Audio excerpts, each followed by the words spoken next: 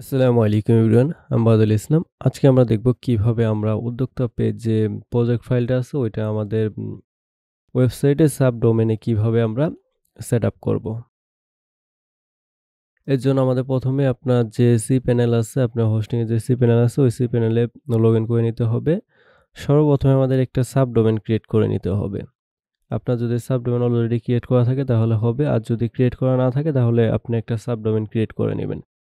Subdomain create করার জন্য এখানে যদি আপনারা স্ক্রল করে একটু নিচে নামেন তাও আপনারা ডোমেইনটা পেয়ে যাবেন, অথবা এখান থেকে সার্চ দিবেন। সার্চ বার থেকে সরাসরি সার্চ করবেন। ডোমেইনস লিখে যদি সার্চ করেন এই জায়গায় দেখতে পাচ্ছেন ডোমেইন।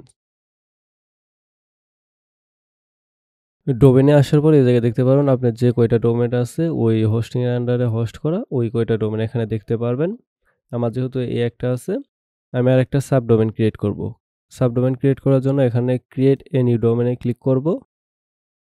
ক্লিক করার পরে আপনি এখানে যে নামে সাবডোমেইন ক্রিয়েট করতে যাচ্ছেন, ১ম এ আপনি একটা নাম দিবেন। ধরেন কি নামে ক্রিয়েট করবেন। করার পরে আপনার যে মেইন ডোমেইন আছে ওই ডোমেইনটা এখানে বসিয়ে দিবেন। ১ম এ আপনি যে নামে সাবডোমেইন ক্রিয়েট করবেন ওইটা দিবেন। ধরেন আমি এখানে পেমেন্টের জন্য যেহেতু করব, পেমেন্ট অথবা পে দিচ্ছি। আমি এখানে পে ডট আমার যে creativeidexpert.com আছে এটা দিলাম। দেওয়ার পর আমি এটাকে ক্রিয়েট করব। করার পরে সাবমিট এন্ড ক্রিয়েট। আমি এখানে সাবমিট করে দিচ্ছি। ওকে, দেখেন আমার একটি সাবডোমেইন ক্রিয়েট হয়ে গিয়েছে। এখন আমি এই ডোমেইনে যদি একটু ভিজিট করার ট্রাই করি, দেখেন এই ডোমেইনে কিন্তু এখন ভিজিট হচ্ছে না, কারণ আমার এই সাবডোমেইনে এসএসএল টা এখনো অ্যাক্টিভ হয় নাই। এটা এসএসএল অ্যাক্টিভ হতে একটু সময় লাগে। আপনারা যদি এসএসএল অ্যাক্টিভ হতে সময় লাগে অথবা এসএসএল যদি অ্যাক্টিভ না হয়, যাদের থেকে হোস্টিং নিয়েছেন তাদের সাথে কন্টাক্ট করবেন, তারা এসএসএল টা অ্যাক্টিভ করে দিবে।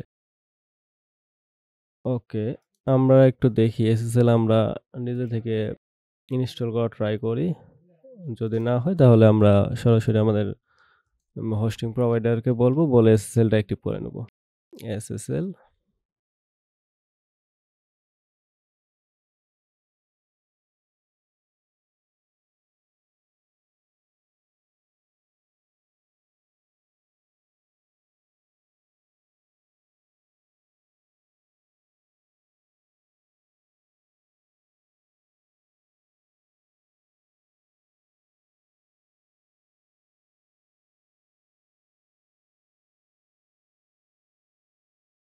দেখেন এই জায়গা থেকে আমরা সাবডোমেইনটাকে ক্লিক করে দিলাম।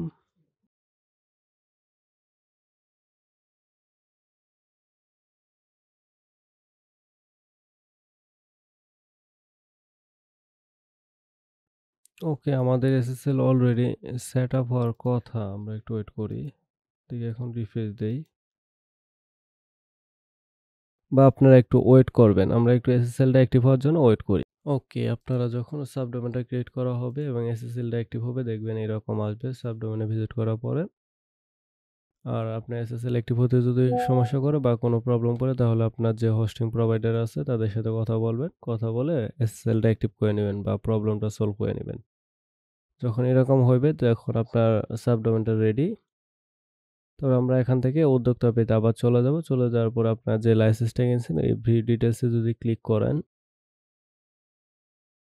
ক্লিক করার পরে এই জায়গায় দেখতে পাচ্ছেন একটা মেইন প্রজেক্ট ফাইল পাবেন। এটা ডাউনলোড করে নিবেন। আমরা এটাকে একটু ডাউনলোড হওয়ার জন্য অপেক্ষা করি। 28 এমবির একটা ফাইল। আমরা একটু ওয়েট করি ফাইলটা ডাউনলোড হয়ে নিক। আপনার যখন ওই প্রজেক্ট ফাইলটা ডাউনলোড কমপ্লিট হবে, এখানে দেখবেন যখন প্রজেক্ট ফাইলটা ডাউনলোড কমপ্লিট হবে তখন আপনারা আবার cpanel এ চলে যাবেন। cpanel এ চলে যাওয়ার পর আপনারা এখানে সার্চ দিবেন ফাইল ম্যানেজার। File manager. দেখেন ফাইল ম্যানেজার আসার পরে এই জায়গায় আপনারা একটা দেখতে পারছেন pay.creativeitexpert.com। আপনার যে নামে একটাই করছেন ওইটা একটাই পাবেন। যে সাবডোমেনটা যে নামে ক্রিয়েট করছেন এই সাবডোমেনটা ওই নামে একটা ফোল্ডার পাবেন। এই জায়গায় যদি কিছু থাকে সবগুলো সিলেক্ট করে ডিলিট করে দিবেন। ভিউ ট্রাস্ট এখানে যদি ক্লিক করেন, সরি, আপনারা যখন ফাইল ম্যানেজারে আসবেন এখানে দেখবেন আপনারা যে নামে সাবডোমেন ক্রিয়েট করছেন ওইটার একটা ফোল্ডার পাবেন। এখানে ক্লিক করার পর এই জায়গায় কিছু ফোল্ডার থাকতেও পারে আবার নাও থাকতে পারে। যদি কিছু থাকে ওইগুলোকে আপনারা সিলেক্ট করে এগুলোকে ডিলিট করে দিবেন। ওকে, এখানে যখন সবকিছু খালি হবে আপনারা এখান থেকে আপলোড ফাইলে যাবেন। আপলোডে ক্লিক করার পরে এই জায়গায় দেখতে পাচ্ছেন আমরা যেহেতু এখান থেকে ডাউনলোড করে দিচ্ছি এখান থেকেও আমরা ড্রপ অ্যান্ড ড্রাগ করতে পারি অথবা আপনারা ইয়ের থেকে সিলেক্ট করে দিতে পারেন। আমরা একটু ওয়েট করি আপডেট হওয়ার জন্য। এটা আপলোড হওয়ার জন্য আমরা একটু ওয়েট করি। ওকে, আমাদের ফাইলটা প্রায় অলমোস্ট আপলোড হওয়া কমপ্লিট হয়েছে।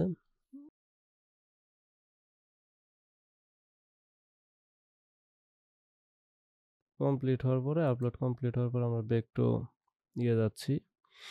যার পরে এই জিপ ফাইলটাকে আমরা কি করব আনজিপ করব। আনজিপ করার জন্য এখান থেকে সিলেক্ট করে নেব। সিলেক্ট করার পরে আমরা উপরে দেখতে পাচ্ছি এক্সট্রাক্ট অথবা রাইট বাটন ক্লিক করার পরে এখানে এক্সট্রাক্ট দেওয়ার পরে এক্সট্রাক্ট ফাইল ফাইল লোকেশনটা যেটাতে আমার সাবডোমেনে থাকবে দেওয়ার পরে এক্সট্রাক্ট করব। এক্সট্রাক্ট করার পরে এটাকে ক্লোজ করে দেব। এখন আমাদের এই জিপ ফাইলে যেহেতু দরকার নেই আমরা এই জিপ ফাইলটাকে ডিলিট করে দিতে পারি। এখন দেখেন আমাদের এখানে যখন এটাকে এক্সট্রাক্ট করা হবে তারপর আমরা আমাদের যে সাবডোমেন আছে এই সাবডোমেনে একটু রিফ্রেশ দেব। রিফ্রেশ দেওয়ার পরে এই জায়গায় দেখতে পারছেন current icon cube loader version is 12 minimum icon cube loader version মানে আপনার কিউব লোডার ভার্সন যেটা আছে ওইটা আপনার 12 আসে আপনার মিনিমাম লাগবে 13। এটার জন্য আপনাকে সরাসরি হোস্টিং প্রোভাইডারের সাথে কথা বলতে হবে যদি এরকম প্রবলেমটা ফেস করেন। আপনারা এই প্রবলেমটা ফেস করবেন না। আমার ক্ষেত্রে এই প্রবলেমটা আসছে কিন্তু আপনার ক্ষেত্রে এরকম আসবে না, অন্যান্য প্রবলেম আসতে পারে। এটার জন্য আপনি হোস্টিং প্রোভাইডারকে বলবেন ওই যে iCube-এর যে ভার্সনটা আছে ওইটাকে যাতে চেঞ্জ করে দেয়। মানে আপডেট করে দেয় যদি আসে।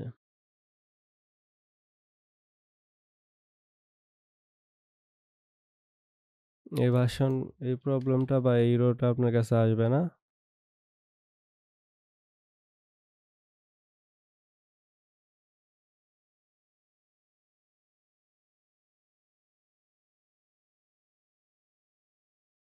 আপনার কাছে কি কিছু এরর আসতে পারে অন্যরকম।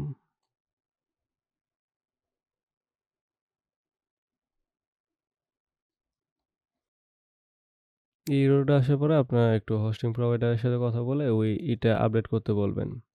যেটার এই ভার্সনটা আছে। তাই ওরা আপডেট করে দিলে পরে এই এররটা সলভ হবে। ওকে, আপনার ওইটা আপডেট করা হলে পরে যদি এরকম প্রবলেম আসে তারপর দেখেন এখানে আরেকটা প্রবলেম শো করতেছে icon keep loader function is missing. এটাকে আপনাকে এনেবল করতে হবে। এটা এনেবল করার জন্য আপনি আবার সি প্যানেলে চলে যাবেন। সি প্যানেলে যাওয়ার পরে এই জায়গায় লিখবেন পিএইচপি সিলেক্ট পিএইচপি ভার্সনে চলে যাবেন।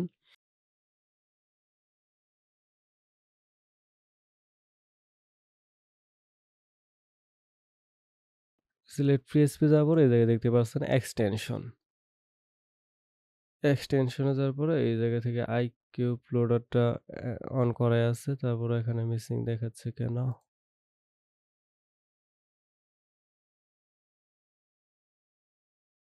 require iCube loader function to run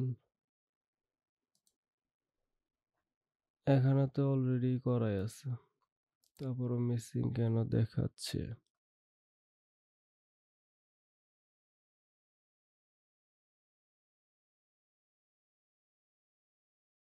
এগুলো আপনার হোস্টিং প্রোভাইডার থেকে করে নেবেন যদি এরকম প্রবলেমগুলো ফেস করেন তাদের সাথে কথা বললে পরেই তারা ঠিক করে দিবে।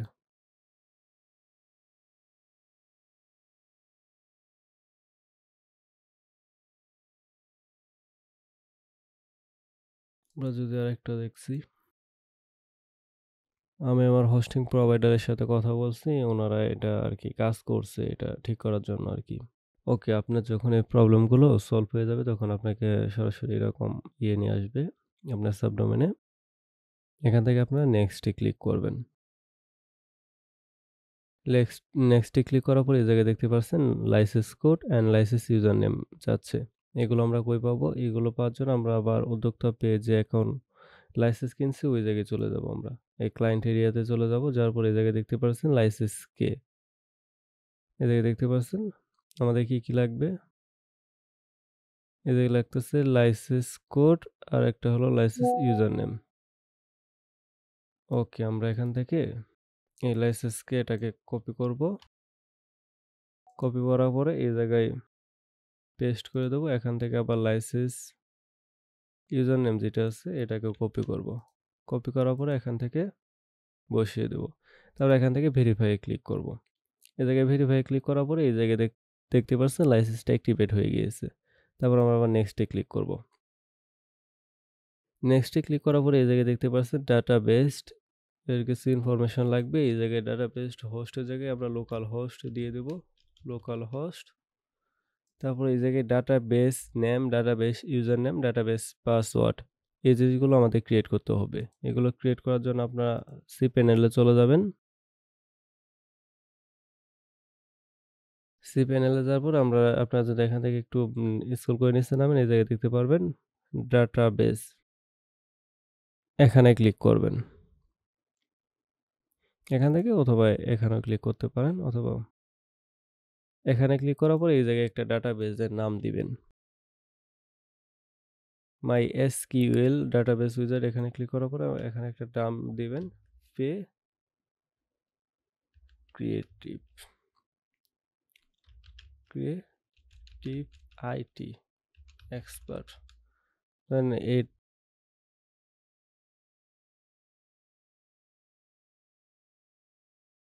এটা একটা নাম দিলাম প্রে ক্রিয়েটিভ। এখান থেকে আমরা নেক্সট এ ক্লিক করব। এটা ডাটাবেস নাম দেওয়ার পরে এই জায়গায় দেখতে পাচ্ছেন ডাটাবেস নেমটা আমাদের হলো এটা হলো আমাদের ডাটাবেস নেম। এই ডাটাবেস নেমটাকে আমরা কপি করে নিয়ে যে এখানে উদ্যোক্তা পেতে বসিয়ে দেব ডাটাবেস। ওকে, এই জায়গায় বলতেছে এখান থেকে ডাটাবেসে আরেকটা ইউজার নেম দিতে হবে। আমরা এখান থেকে আরেকটা দেব creative IT expert. User name দিলাম। এখান থেকে পাসওয়ার্ড দিতে বলছে। আমি এখান থেকে পাসওয়ার্ড জেনারেটে ক্লিক করে একটা পাসওয়ার্ড জেনারেট করে নেব। এই পাসওয়ার্ডটা নেওয়ার পরে এই পাসওয়ার্ডটা অবশ্যই কপি করে নেবেন। কপি করে যে কোনো এক জায়গায় সেভ করে রাখবেন। তারপর এই জায়গায় I have copied this password and save place দেওয়ার পর ওকে দিবেন। দেখেন দেওয়ার পর আমি এখান থেকে ক্রিয়েট ইউজারে ক্লিক করব।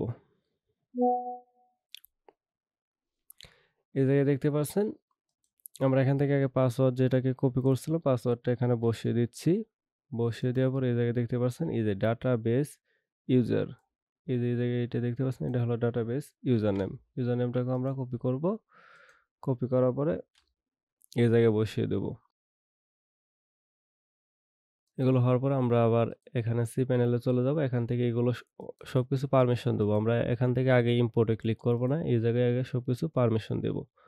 এখানে অলে ক্লিক করার পরে এইগুলো সবকিছু অন করার পরে এই যে মেক চেঞ্জেসে ক্লিক করার পরে এগুলো পারমিশন দেওয়া শেষ। আমাদের ডাটাবেস ক্রিয়েট করা কমপ্লিট, পারমিশন দেওয়া কমপ্লিট। এখন আমরা এখান থেকে ইম্পোর্টে ক্লিক করব। আমরা একটু করে দেখি।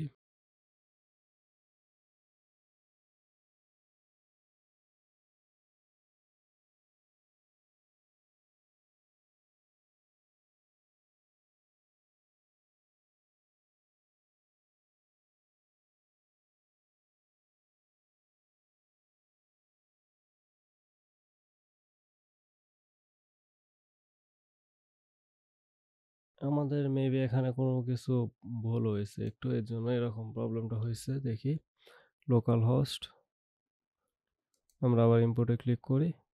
দেখেন লোকাল হোস্টের জায়গায় একটু স্পেস দিয়েছিলাম, এর জন্য প্রবলেমটা হয়েছিল। স্পেসটা কেটে দেওয়ার পরে কিন্তু আমার ডেটা হয়েছে। ডাটাবেস ওয়াজ সাকসেসফুলি ইম্পোর্টেড দেওয়ার পরে এখন আমরা আবার নেক্সটে ক্লিক করব। নেক্সটে ক্লিক করার পরে এই জায়গায় দেখতে পাচ্ছেন ডিফল্টভাবে ওরা একটা ইউজার নেম অ্যান্ড পাসওয়ার্ড দিয়ে দিয়েছে। ইউজার নেমটা হলো অ্যাডমিন আর পাসওয়ার্ডটা হলো 123469। আমরা এখান থেকে লগ ইনে ক্লিক করব।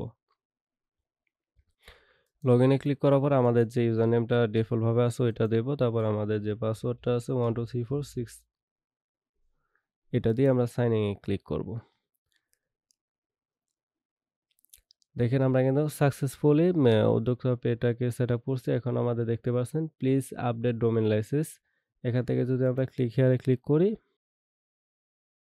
লাইসেন্স ইজ নট অ্যাক্টিভেটেড, আমরা এখান থেকে দিয়ে ক্লিক করব। দেখেন আমাদের লাইসেন্সটা কিন্তু অ্যাক্টিভ হয়ে গিয়েছে।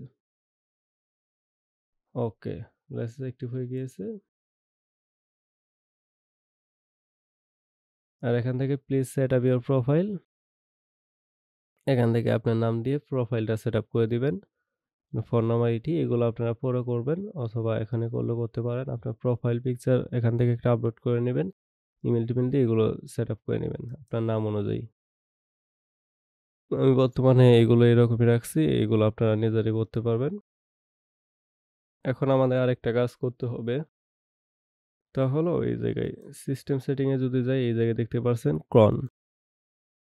এই ক্রনে ক্লিক করবেন। আমাদের ক্রন জবটা এড করতে হবে। এখান থেকে যেকোনো একটা ক্রন জব কপি করে নিবেন। আমি ক্রন জব 1 কপি করে নিচ্ছি। নেওয়ার পর আপনারা আবার সি প্যানেলে চলে যাবেন। এখান থেকে যদি আপনারা সার্চ করেন ক্রন জব পেয়ে যাবেন। এখান থেকে আপনারা একটু নিচে আসার পর এখানে দেখতে পারবেন কমন সেটিং। কমন সেটিং থেকে এই যে ওয়ান্স পার মিনিট, ওয়ান্স পার 5 মিনিট এটা সিলেক্ট করে দিবেন। সিলেক্ট করার পর এখান থেকে কমান্ডটা দিয়ে দিবেন। কমান্ডটা দেওয়ার পরে এড ক্রন জবে ক্লিক করলে পরে আপনার কিন্তু এটা হয়ে যাবে। ওকে, আমাদের ক্রন জবটা এড করে দিলে আমাদের কাজ কমপ্লিট। আমাদের সেটআপের কাজ কমপ্লিট। উদ্যোক্তা পেজ সেটআপের কাজ কমপ্লিট। এখন আমরা পরবর্তীতে দেখব কিভাবে আপনারা পেমেন্ট সেটিং করবেন, সিস্টেম সেটিং কিভাবে করবেন। এই সেটিংগুলো আমরা পরবর্তী ভিডিওতে দেখব এবং আরও দেখব কিভাবে আপনারা বিকাশ মার্চেন্ট এপিআই এড করবেন, এপিআই ইন্টিগ্রেশন করবেন। এটাও আমরা পরবর্তী অন্য একটি ভিডিওতে দেখব। আশা করি ভিডিওটি আপনাদের কাছে ভালো লেগেছে। যদি ভালো লাগে অবশ্যই ভিডিওটি একটি লাইক করবেন এবং পরবর্তীতে এরকম আরও নতুন নতুন ভিডিও পাওয়ার জন্য অবশ্যই আমার চ্যানেলটিকে সাবস্ক্রাইব করে আমার পাশে থাকবেন। আজকে ভিডিওটি এখানে শেষ করছি। আল্লাহ হাফেজ।